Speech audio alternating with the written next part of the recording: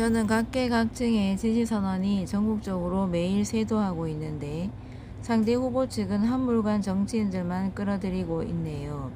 제 뒤에는 당원과 국민들이 있는데 상대 후보 측은 기득권 정치인들만 가득하네요. 누가 이기는지 한번 봅시다. 민심을 거역하는 당심은 없습니다. 그건 당이 망하는 길로 가는 겁니다. 민심이 천심입니다.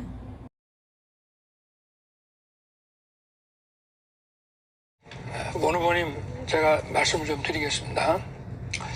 지금 지난 10월 19일 날 그 MBC PD수첩에서 그 조성과 김웅 현 간의 녹취록을 일부를 떼갖고 짜집기 보도를 19일 날 합니다. 그러니까 20일 날 송영길 민주당 대표가 라디오에 나와서 녹취록도 다 나왔는데 이 정도 증거로 소환을 못한다는 건 이해할 수 없다, 이렇게 발언을 합니다.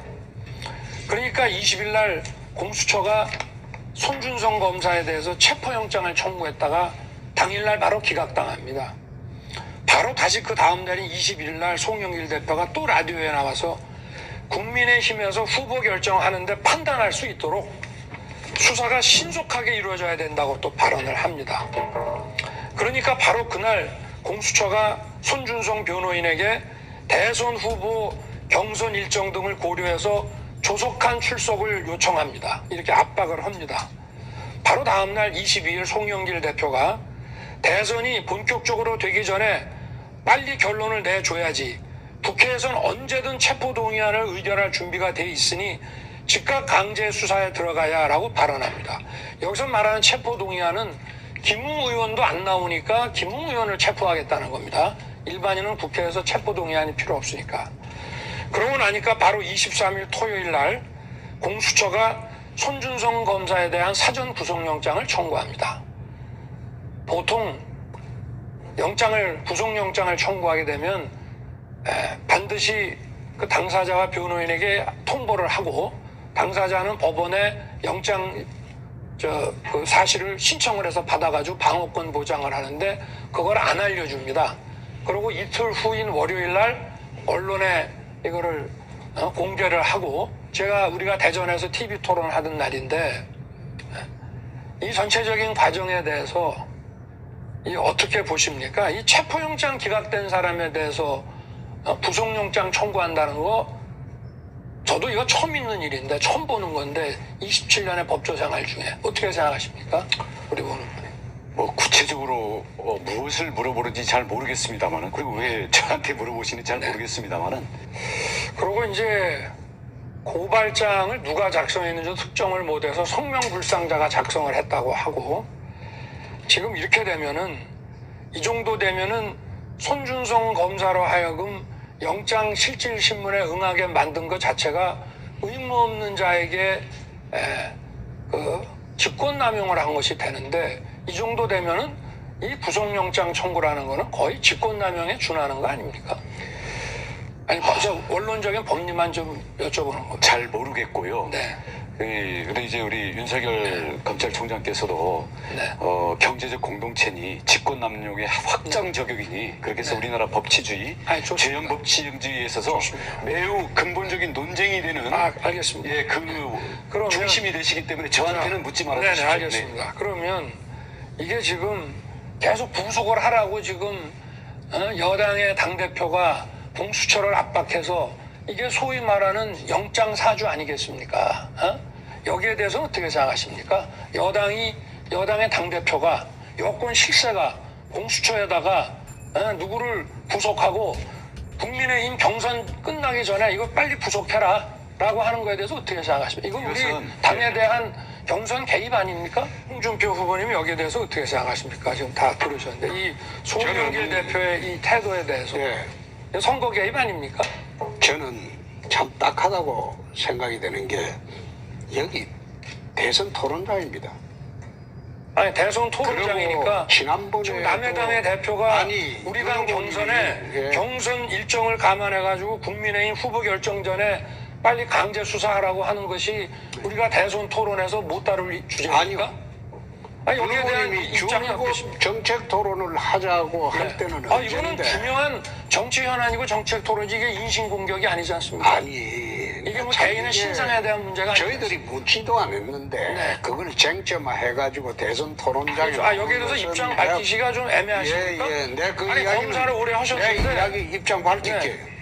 본인이 수사할 때는 정당한 수사고 본인이 수사 당할 때는 정치 아니, 공작이라고 여기에 하는 대해서 것은 제가 좀 묻는 거예요. 체포영장이 기각됐는데도 예.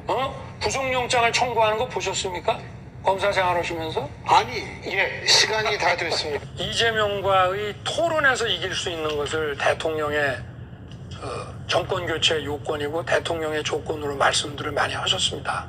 저도 뭐 그 부분에 대해서 어느 정도 동의를 합니다만은 대통령의 그 역량으로서 제일 중요한 거 저는 리더십이라고 생각을 하고요. 또 그 리더십을 보여줘야 궁극적으로 국민의 선택을 받는 것이지 TV 토론 갖고 국민의 선택을 받는 데는 한계가 있다고 저는 생각합니다.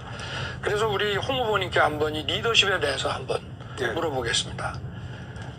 지금 사람들이 하는 얘기를 제가 드릴 테니까 홍 후보님께서 네. 그 본인의 리더십에 대해서 한번 말씀을 해주시죠. 우리 홍 후보님은 정말 그 어떻게 보면 순발력이 있으시고 재치도 있으시고 재밌고 그렇게 해서 정치인으로서 정말 장점을 많이 가지고 계신데 지금 이제 두 번의 당대표와 또 두 번의 대선 출마, 지사, 5선 의원 이런 이제 정말 그 눈부신 경력에도 불구하고 홍 후보님하고 가까이 근무했던 사람들, 이 홍 후보님을 떠나는 사람들이 많다 이런 얘기들을 이제 합니다. 네. 그리고 뭐 이거는 뭐 제가 홍 후보님하고 뭐 언쟁하려고 하는 건 아니고 저희 그 캠프에 이제 그 들어오시는 분들을 향해서 뭐 줄 세우기다 무슨 뭐 공천장사다 이런 말씀을 하셨는데 뭐 다 좋습니다. 그런 판단하실 수 전 있다고 가정을 하는데요. 어쨌든 저는 정치 초심자인데 이렇게 많은 분들이 옵니다. 근데 왜 홍 후보님 쪽에는 상대적으로 그게 적으며 그리고 또 지난번에 뭐 어쨌든 공천을 안 줘서 나가서 당선이 되셨지만 또 복당을 하는데 또 동료 의원들이 참 많은 반대를 했습니다. 이런 부분과 관련해서 사람들은 우리 홍준표 후보님은 그런 정치인으로서의 또 자질이 있는 반면에 리더십에 있어서는 좀 지도자가 돼가지고 많은 갈등을 풀면서 끌고 나가기에 지금 가까이 같이 있었던 사람들조차도 우리 홍 후보님을 등지는 사람들이 많은데 홍 후보님은 다 배신자라고 그러죠. 그럼 왜 홍 후보님 주변에 이렇게 배신자가 많으며 이런 리더십 문제는 앞으로 어떤 식으로 홍 후보님께서 그 특장을 살리실 건지 알겠습니다. 한번 고견을 듣고 싶습니다. 우선 제가 정치를 하면서 한 가지는 분명한 게 저는 개파를 만들지도 않고 개파에 속해 본 일도 없습니다. 네. 만들지도 않습니다. 네. 국회의원은 헌법상 독립기관이기 때문에 300명이 있다면 국회가 300개가 있는 겁니다. 나는 국회의원 존중합니다. 26년 동안 단 한 번도 난 개파의 쫄개가 돼본 일이 없습니다. 그래서 나는 개파도 없습니다. 네. 두 번째, 26년 정치하면서 배신은 한 두 번 당해봤어요. 내가 키운 사람한테. 그러나 제가 남을 배신한 일은 단 한 번도 없습니다. 특히 윤 후보님 진영에 가 있는 어떤 분은 내가 행정부지사로 3년 데리고 있고 올 때 갈 데 없는 사람을 내 데리고 왔어요. 그리고 국회의원 되는데 내가 전적으로 다 밀어줬어요. 그래 하고 난 뒤에 윤 후보 진영으로 붙어 있길래 낮에는 뭐 윤 후보 진영 가고 뭐 나한테 오고 이러길래 지난 3월에 내 불러서 이중생활 하지 마라. 그쪽으로 가라. 3월에요? 예, 3월 3월에 저 정치도 시작 안 하시는데요? 아니 이미 나오기로 그때 그 선임이 그때 나가라고 했잖아요. 그 무렵이니까. 알겠습니다. 그래서 내가 보내줬어요. 보내주고 난 뒤에 3월 9일 이후에 보자. 그렇게 했습니다. 지금 제가 배신당한 게 딱 두 사람입니다. 근데 본인이 좀 이 동료들한테 후배들한테 좀 말씀을 좀 함부로 하신다거나 좀 이렇게 독선적이고 좀 이렇다는 지적도 많이 있는데 그런 생각을 안 하시고요. 그것도 내가 이해를 합니다. 알겠습니다. 할 말을 하는데 내가 답변 하나만 합시다. 뭐 어쨌든 지금 리더십 윤 후보 부분에 진영에 가 계시는 분들은 그거는 구태 기득권 정치인 전형입니다. 그런 식으로 해서 안 돼요. 새로운 정치 하시겠다는 분이 당내 경선은 당원과 국민과의 잔치입니다. 그 앉아서 사람들 우르르 끌어 모아가지고 10년 전에 하듯이 그건 구태 정치인들이 하는 거예요. 제가 뭐 정치에 입문한 지 몇 달 되지도 않았는데 그래, 내가 안타깝다는 겁니다. 하여튼 우리 홍 후보님 쪽에 뭐 그 선대위원장 중에 한 분도 참 대단한 분이 가셨더만요. 그 얘기는 우리가 서로 이진우격 같으니까 하지 마시기로 하고. 이진국을 다 했어요. 네네. 그러시고 답답한 모양입니다. 그게 이제는 아니고 제가 이진국까지 하시는 제가 거 거의. 저 10여 차례 이렇게 해오면서 꼭 제가 한번 우리 홍 후보님께 정치 선배에게 꼭 물어보고 싶었던 질문이었습니다. 자, 그리고 또 오늘 제가 김기현 원내대표와 이제 페이스북 친구다 보니까 글을 이제 가끔 보게 되는데, 김기현 원내대표가 갑자기 이런 입장문 해서 글을 올리셨더라고요. 금일 특정 후보를 지지한다는 제 명의의 페북글이 대량 유포되고 있습니다.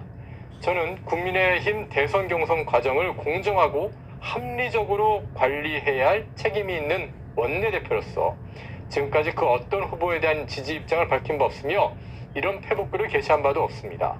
이렇게 얘기를 하고 계신데요. 어떤 글인가 봤더니 이런 게 지금 SNS를 통해서 돌아다니나 봐요. 그래도 우리가 윤석열인 이유, 김기현 원내대표의 페북글이다, 이렇게 써 있는 겁니다. 재작년 가을 이후 10년, 20년 계속되던 뭐 그런 어떤 어목한 세월, 뭐 그런 얘기를 쭉 하면서, 그러면서 마침내 올해 봄 서울 부산시장 보궐선거에서 대선판을 기울어졌던 운동장을 바꾼 게 누구냐? 윤석열 검찰총장이었다. 이런 거를 윤석열 김기현 원내대표가 썼다고 상상을 하실 수가 있겠습니까? 김기현 원내대표의 그 울산 선거공작 사건에 대해서 중간에 수사를 갖다 멈추게 만든 게 윤석열 검찰총장이었는데, 당시 검찰총장이었는데, 그거를, 글쎄요, 물론 김기현 원내대표 본인도 정치적 중립을 지켜야 되기 때문에 당 지도부로서 중립을 지켜야 되니까 글을 쓸 리도 없지만, 이런 내용의 글은 정말 말이 안 되는데요.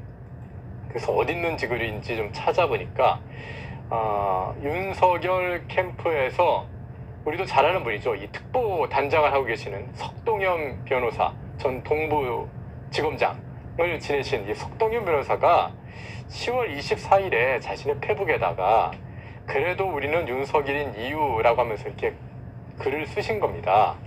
근데 그걸 갖다가 제목만 싹 가리를 해서 김기현 원내대표도 윤석열 후보를 지지한다라는 식으로 해서 지금 막 퍼지고 있는 모양이었고, 그러다 보니까 김기현 원내대표가 깜짝 놀라서 저는 그런 거 안 했었습니다 라고 지금 해명을 하고 있는 그런 상황이더라고요. 좀 캠프의 관리가 좀 너무 부실한 거 아닌가, 제대로 되고 있지 않은가 하는 그런 생각을 좀 해보는데, 또 오늘 기사가 나왔습니다. 이제 11월 1일부터 책임당원들의 이제 투표가 시작이 되게 되는데, 책임당원들의 투표를 앞두고 뭐 투표 꼭 해주세요까지는 다 용납할 수 있지 않습니까? 근데 지금 뉴시스가 보도하고 있는 내용은 무엇이냐면 바로 이 부분입니다.